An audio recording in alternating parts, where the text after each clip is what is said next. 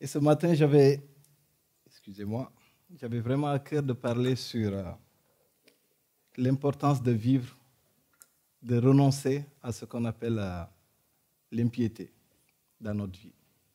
Comment vivre une vie de victoire. Vous savez, quand Jésus est arrivé, il a élevé le standard de vie pour nous les chrétiens. C'est devenu beaucoup plus difficile.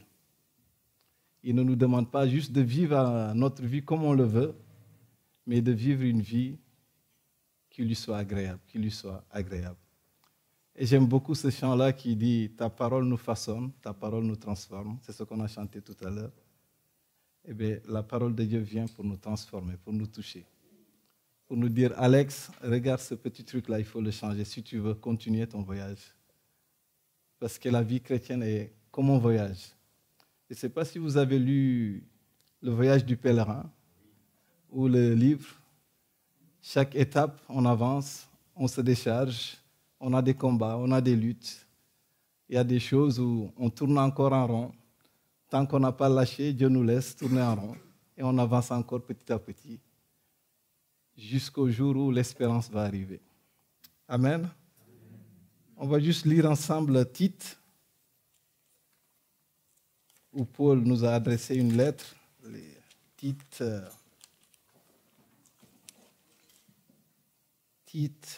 2 à partir du verset 11. Tite 2, si vous avez votre Bible avec vous. Il nous dit « Car la grâce de Dieu, source de salut pour tous les hommes, a été manifestée. Elle nous enseigne à renoncer à l'impiété et aux convoitises mondaines et à vivre dans le siècle présent selon la sagesse, la justice et la piété, en attendant la bienheureuse espérance et la manifestation de la gloire de notre grand Dieu et Sauveur Jésus-Christ. Il s'est donné lui-même pour nous afin de nous racheter de toute iniquité et de se faire un peuple qui lui appartienne, purifié par lui et zélé pour les bonnes œuvres. Dis ces choses, exhorte et reprend avec une pleine autorité. Que personne ne te méprise. » Voilà la parole que Paul a adressée à Tite. Donc il nous dit la grâce de Dieu a été manifestée, c'est-à-dire que la grâce de Dieu est apparue pour tous les humains. La grâce de Dieu est manifestée pour que chaque personne puisse avoir cette grâce d'être sauvé un jour. Dieu l'a manifestée à travers Jésus. Et Jésus, au début de son ministère, il a ouvert le livre d'Ésaïe et il a lu ça. Ésaïe, on peut le lire dans Luc 4, Luc chapitre 4, verset 18. Excusez-moi un peu. Luc 4, chapitre 18.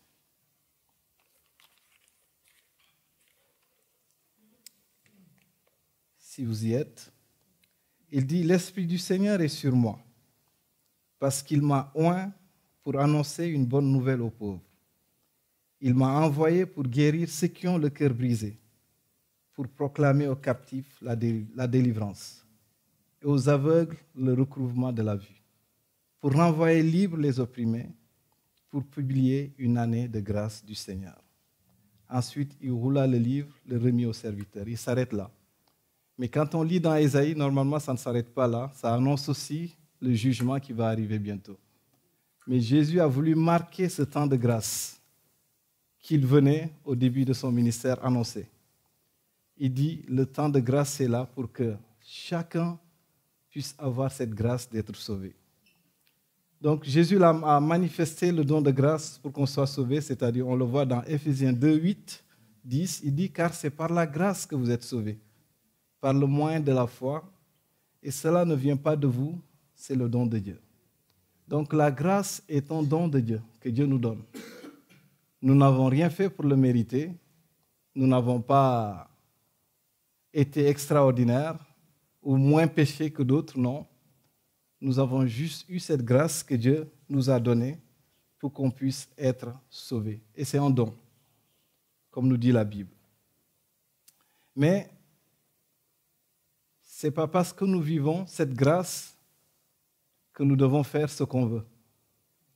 Et c'est là où, des fois, certains théologiques qui commencent à naître ces temps-ci, qui disent, nous vivons dans la grâce, Donc, si demain je choisis de faire ce que je veux, Dieu me pardonnera de toute façon.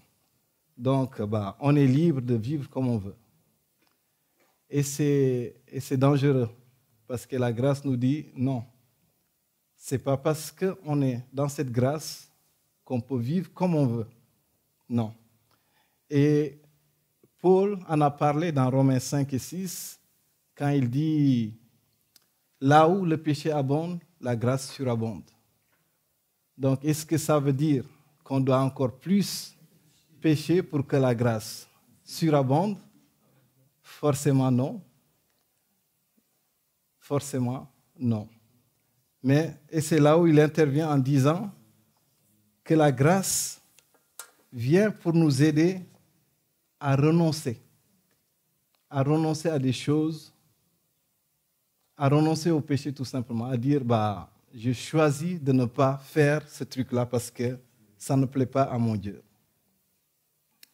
Donc, la parole nous dit que Christ nous a affranchis, c'est pour la liberté. Mais au fait, c'est quoi la liberté chrétienne finalement? Certains diront qu'on peut choisir de faire ce qu'on veut, comme j'ai dit tout à l'heure, mais c'est quoi la liberté chrétienne? Paul nous dit que la grâce nous enseigne à renoncer à l'impiété et au convoitisme mondain, à vivre dans le siècle présent selon la sagesse, la justice et la piété. Donc la liberté, c'est renoncer à l'impiété et au convoitisme mondain. La liberté, ce n'est pas faire de ton corps ce que tu désires. Malheureusement, je ne sais pas si je vais dire malheureusement ou heureusement, on est au pays de la liberté, même si on ne comprend pas vraiment ce que c'est que la liberté. Mais c'est quoi finalement d'être libre pour Dieu? C'est d'être libéré pour être ce que Dieu t'a appelé à faire et à être. C'est ça la liberté, d'être libéré pour être appelé à faire et à être ce que Dieu t'appelle à faire. Et vous savez, la grâce est plus difficile à vivre que la loi. Les pharisiens étaient de ceux-là qui vivaient avec la loi. Ils avaient vraiment cette apparence de sainteté. Ils pratiquaient la loi avec sévérité. Mais sauf qu'avec la loi, on peut facilement tricher au fait. C'est pour cela que Jésus, quand il est arrivé, il a élevé la barre un peu plus haute. Parce qu'on peut dire, regarde, moi, je ne fais pas l'adultère, je n'ai pas couché avec une fille, je ne fais pas l'adultère, je suis bon, je suis la loi et je le respecte. Jésus vient et dit, non, ce n'est pas ça. Si tu regardes une femme ou un homme et tu le convoites dans ton cœur, tu as commis l'adultère avec elle. Donc, tu n'es pas passé à l'acte, mais juste le fait de développer cette idée dans ta tête, déjà, tu as passé à l'acte, en fait. Et ça devient plus dur parce que là, il ne s'agit pas juste de faire ou de ne pas faire, non. Il s'agit de qu'est-ce qui est dans mon cœur réellement, quelles étaient mes intentions, ma première intention. C'est-à-dire, avec la grâce, on ne peut plus se cacher, en fait. C'est pour cela que j'ai dit la grâce est plus difficile à vivre que la loi. Parce que la loi, je peux respecter tout sans vraiment... J'ai vu au Sénégal où l'islam, c'est la loi. Je les vois respecter les trucs à la règle, sans vraiment, quand tu sondes le truc, je le respecte pour le respecter. Je le respecte parce que j'ai peur du jugement dernier. Mais pour nous, les chrétiens, nous le respectons, nous ne faisons pas ça parce qu'on a peur que Dieu nous punisse. Non. Nous le faisons parce que nous l'aimons et nous n'avons pas envie de le décevoir. Et c'est ça un peu la différence entre vivre selon la loi et vivre selon la grâce ou la foi. Mais la grâce de Dieu, comme je dis, vient et apporte la lumière dans tous les endroits cachés dans ton cœur. Il vient pour apporter la lumière là où personne ne peut y aller. Là où que toi et Dieu voient. C'est là où la grâce de Dieu va. L'autre jour, on discutait avec les enfants, avec une parole dans la Bible. Et on parlait des béatitudes. Et quand on parlait, Jésus avait dit Celui qui dit idiot mérite d'être jeté dans le feu de l'enfer à son frère. Un de mes enfants a dit, mais Dieu, il est dur, hein? Parce que nous, à l'école, on dit des gros mots comme ça, on se dit idiot, on se dit tout, mais pourquoi il dit ça? Il lui dit, tu sais, vous en avez parlé à l'école, peut-être sur l'harcèlement. Et tu sais, des fois, on dit des mots, on rigole, on dit, bah, ce n'est rien, parce que c'est devant tes amis, tu ne veux pas montrer que tu es blessé. Mais c'est après, quand tu es tout seul, tu as mal au fait. Tu te dis, ah, ce qu'il m'a dit m'a blessé au fait. Mais je ne voulais pas montrer à tout le monde que j'étais blessé. Mais dans ton coin, tu es blessé par ces mots. Je lui dis, c'est pour cela, Jésus dit, de ne pas traiter d'idiot quelqu'un. C'est grave de lui dire ça. C'est grave de... Notre parole n'est pas faite pour maudire, non, c'est pour bénir, c'est pour encourager. Et vous savez, il y a des personnes qui luttent encore avec des paroles que des gens ont dit depuis des années. Des parents ont dit ou une autorité d'école a dit, et ils traînent ça depuis des années, ils n'arrivent pas à s'en débattre. Hier, j'étais parti voir mon fils jouer à la musique, et il y avait une dame que je connaissais, je parlais avec. Elle devait chanter, mais elle tremblait, elle avait peur. Elle tremblait, elle tremblait. Je m'approche parce que je la connaissais. Il me dit, j'ai peur de chanter. Je lui dis, mais pourquoi tu as peur? Il dit, bah, je ne sais pas. Donc, dès qu'on me dit, fais ça, j'ai peur. Après, à un moment, il m'a dit, mais tu sais, on m'a toujours dit que j'étais nul, j'étais incapable.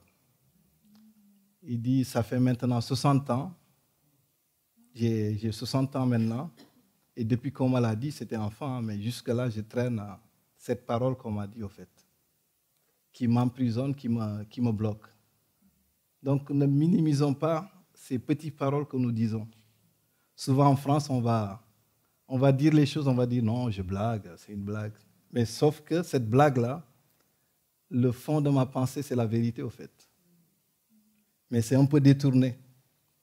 Donc, comment faire attention avec ces petits mots que nous disons?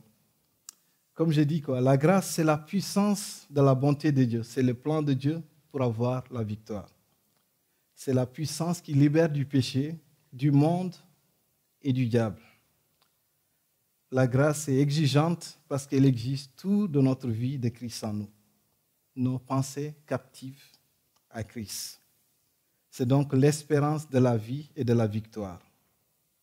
C'est pour cela que je dis, Dieu nous demande, si on veut vraiment voir notre communauté transformée, Dieu nous demande à un standard de vie encore beaucoup plus exigeante.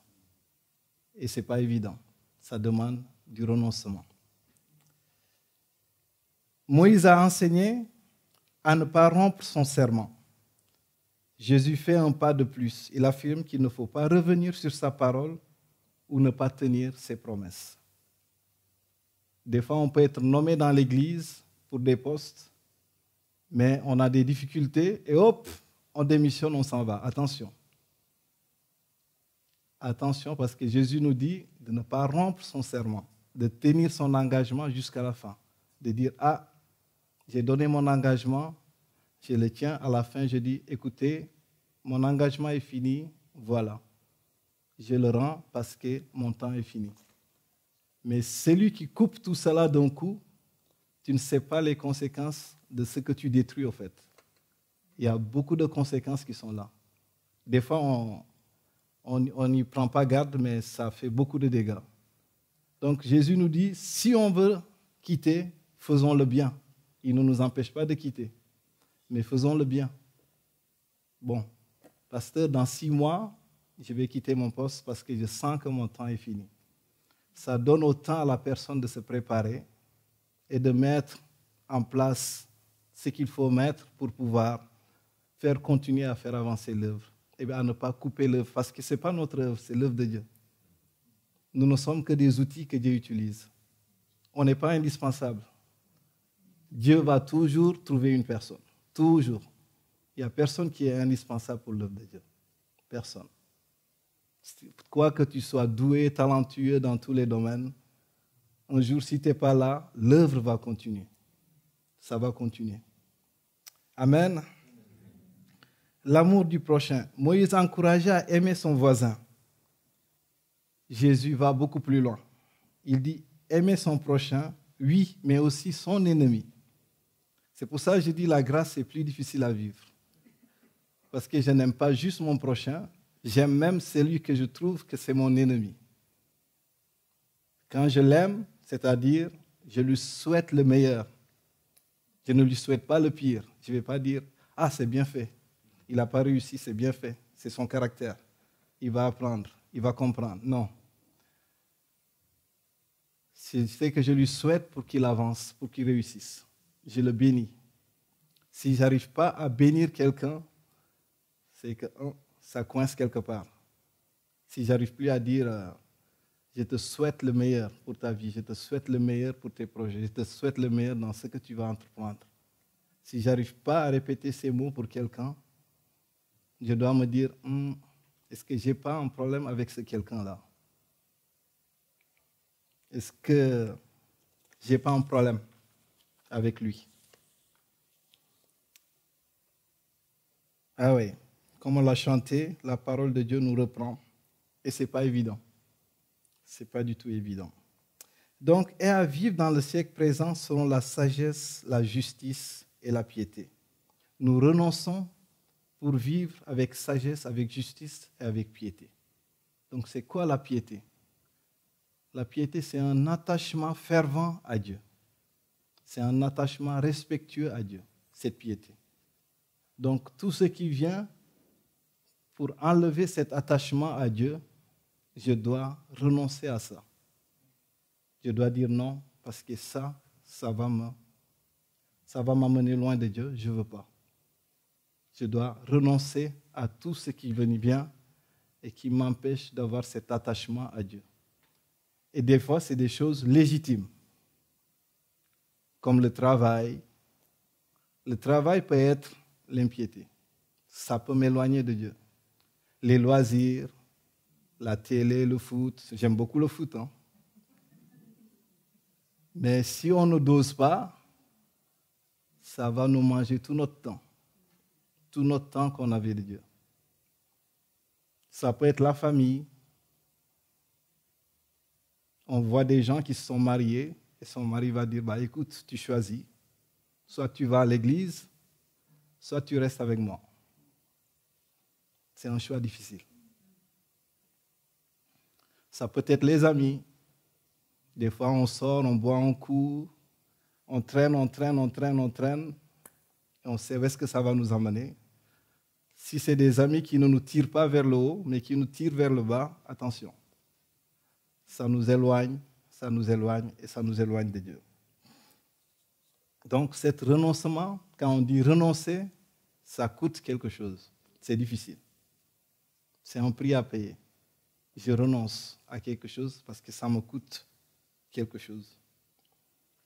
Et à vivre dans ce siècle avec sagesse, justice et piété. Comme je dis, ce mode de standard nous appelle, si on veut faire la différence, à vivre cette vie pour que les gens puissent voir et dire, ah, c'est possible de vivre une vie, pas hypocrite, mais une vie sainte devant Dieu. Ce n'est pas par la force, mais c'est Christ en nous, l'espérance de la gloire. Plus on avance, plus nous sommes transformés. Plus on avance, plus nous sommes transformés. Nous déposons des choses, nous déposons des domaines où on lutte encore, où c'est difficile. Mais faisons attention à toutes ces choses qui nous emprisonnent, qui nous empêchent de vraiment développer et éclore comme des fleurs. Dieu veut voir sa communauté être transformée. Mais il y a un prix à payer, c'est renoncer. Renoncer à l'impiété. Il nous dit, en attendant la bienheureuse espérance et la manifestation de la gloire de notre grand Dieu et Sauveur Jésus-Christ. Il s'est donné lui-même pour nous, afin de nous racheter de toute iniquité et de se faire un peuple qui lui appartient, purifié par lui et zélé pour les bonnes œuvres. Il nous faut donc réaligner notre vie au standard de Christ. Il faut qu'on ramène. Tu sais, une voiture qui va aller à Paris et qui a les roues déformées n'arrivera jamais. Il faut qu'il aille au garage, qu'on redresse les parallélismes, qu'on lui règle tout ce qui ne va pas bien pour qu'il puisse continuer son voyage. Et c'est pareil pour nous, dans notre marche avec Dieu. On a besoin des fois de laisser le Saint-Esprit nous réaligner. Nous dire, corrige ça, remonte ça, réaligne ça. Et il va nous le montrer, il va nous le dire. Et tout ce que nous réalignons, c'est vraiment pour sa gloire, pour qu'on puisse avancer et montrer au monde que Dieu existe. Son amour existe, sa grâce existe. Et il veut se répandre et se développer. Mais tout ce que nous gardons et nous refusons à laisser à Dieu, ça devient comme un frein et ça nous empêche d'atteindre cet objectif qui est de voir les Sables d'Olonne être touchés par l'Évangile. Quand on voit ce qui se passe dehors, comment les gens sont désespérés, comment les gens sont perdus, comment ils sont sans repère. L'autre jour au boulot, il y avait un jeune homme qui est arrivé dans son camion. Il a renversé tout son colis à l'intérieur du camion, le pauvre. Je ne sais pas ce qu'il a fait, un nouveau chauffeur. Tout était mélangé dedans. Une des filles, je le regardais, je savais qu'il était novice dans le métier, parce que dans son comportement, tu sais qui est novice et qui est... Mais il se débattait à l'intérieur. Une des filles dit, on le laisse se débrouiller. J'ai dit, non, je ne vais pas le laisser se débrouiller. Je suis monté pour l'aider à ranger. Quand on a fini, tu as perdu ton temps. Tout ce que tu as fait, ce n'était pas bien. J'ai dit, non, c'est bien. Tu t'es fait manipuler. J'ai dit, non, je ne me suis pas fait manipuler. C'est mon choix. J'ai choisi de l'aider parce qu'il était dans la difficulté. Qu'est-ce qu'on fait pour montrer cet amour de Dieu partout où on est? Qu'est-ce qu'on fait pour montrer que Dieu veut nous voir être la lumière partout? On peut choisir de dire, c'est sa faute, donc il se débrouille, comme l'autre. C'est sa faute, il a mal analysé, mal calculé, mal attaché son colis, donc c'est tombé, il se débrouille, non. Comme on peut choisir de faire ce qui est juste? Qu'est-ce que Dieu nous met à cœur qui est juste pour aider les gens autour de nous? Et Dieu veut manifester cela. Nous vivons dans une société qui devient de plus en plus égoïste. Chacun pour soi. Il n'y a plus d'entraide. Que tu souffres, ce n'est pas le problème de quelqu'un. Débrouille-toi, c'est ton problème, c'est ton choix. On te dit c'est ton choix de vie. Tu as gaspillé ton temps, maintenant tu n'as rien, débrouille-toi. Non. Où est la grâce de Dieu? Est-ce que nous, parce que nous avons réussi, nous méritons plus que eux? Non, je ne crois pas. Je ne crois pas. La Bible nous dit, ne nous privons pas de grâce. Ne nous privons pas. Ne prive pas de grâce à quelqu'un. Tant que tu peux aider cette personne, fais-le pour la gloire de Dieu. Et donc il dit, dis ces choses, exhorte et reprends avec une pleine autorité. Que personne ne te méprise. Que personne ne te méprise. Ça veut dire à l'époque, on pouvait mépriser aussi ce qui a mené la parole de Dieu, sans nous en rendre compte. Et des fois, ce mépris-là, vous ne savez pas, ça peut... Tu es découragé au fait. Tu as juste envie de jeter l'éponge et de partir. J'en sais quelque chose, j'ai été dans la mission. Il y a des domaines, il y a des fois des moments, quand on est en mission, tu donnes, les gens ne voient pas ce que tu donnes. Ils voient juste tes erreurs. Quand tu fais mal, c'est là où tout le monde vient. Oui, tu n'as pas bien fait ça, regarde, tu n'as pas bien fait ça. Non, tu n'as pas bien fait ça. En fait, on juge seulement les conséquences sans creuser les causes. Sans se dire, mais il a fait ça, mais pourquoi? Sans juste automatiquement attaquer, non. Pourquoi il a fait ça? C'est-à-dire donner le bénéfice du doute à la personne pour qu'elle puisse s'exprimer, pour que tu le comprennes avant d'attaquer. Parce que nos paroles, on dit la mort et la vie sont au pouvoir de la langue. Des fois, on peut détruire une personne juste par notre parole, sans nous en rendre compte. Nous, on a dit ce qu'on a à dire et on est parti. Comme je l'ai dit tout à l'heure avec la dame, 60 ans après, qui souffre, des fois, ces paroles-là que nous prononçons détruisent beaucoup de choses. Détruisent des vies, détruisent tout autour. Et sans que nous en rendons compte. Pour nous, on l'a dit comme ça, ce n'était pas grave. C'est pour cela qu'on dit qu'il faut remuer la langue 1000 fois avant de parler. C'est là où la sagesse intervient. Vivre dans le siècle présent selon la sagesse, la justice et la piété. Ayons de la sagesse quand nous disons les choses, pour ne pas détruire ce que Dieu est en train de mettre en place. Parce qu'une personne détruite après ça prend du temps pour l'aider à se relever. Comme on est une armée, quand on va en guerre, si quelqu'un est blessé, toute l'équipe est là pour le porter au fait. Ça ne va pas nous faire du bien si on se tire dessus, parce que finalement on va se porter nous tous, ça va être lourd et on va perdre le combat. Tout simplement. Mais si on s'encourage, on se soigne, on s'édifie, on s'exhorte entre nous, on se dit, oui, ça ne s'est pas bien passé, mais on peut faire mieux, on peut avancer ensemble. Ça ne s'est pas passé comme on veut, ce n'est pas grave. Qu'est-ce que Dieu nous dit? La grâce de Dieu est là pour nous aider à construire cette Église ensemble et à avancer pour atteindre nos objectifs. Il y a encore beaucoup à faire. Comme Dieu dit, le royaume de Dieu est tellement énorme, il y a peu d'ouvriers à son œuvre. Donc, ne cassons pas déjà le peu d'ouvriers qui est là. Amen.